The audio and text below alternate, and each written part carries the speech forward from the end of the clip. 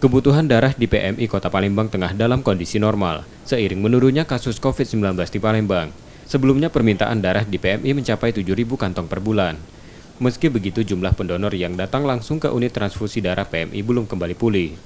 Karenanya PMI terus gencar melakukan metode jemput bola dengan mendatangi komunitas maupun organisasi masyarakat untuk turut berpartisipasi mendonorkan darahnya. Langkah ini diharapkan membantu menjaga ketersediaan stok darah di PMI, juga sebagai upaya mengedukasi masyarakat akan manfaat donor darah. Karena sekarang kebutuhan darah, kalau kemarin ya, yang lagi tinggi-tingginya angka pandemi kita Pak, kita butuh sampai 7.000 kantong.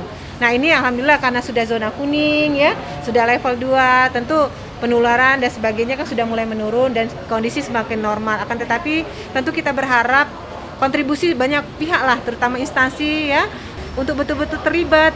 Karena sekarang bukan hanya 3 bulan sekali, 2 bulan sekali kita sudah bisa donor darah. Donor darah kini dapat dilakukan 2 bulan sekali. PMI memastikan donor darah di masa pandemi tetap aman dilakukan. Sebelum dilakukan transfusi, pendonor akan menjalani pemeriksaan kesehatan oleh dokter, melakukan pengecekan kadar hemoglobin dan tekanan darah, serta tetap memperhatikan protokol kesehatan dengan menjaga jarak dan memakai masker. M. Rizky Nurmizan, Purwantoro, Kompas TV, Palembang, Sumatera Selatan.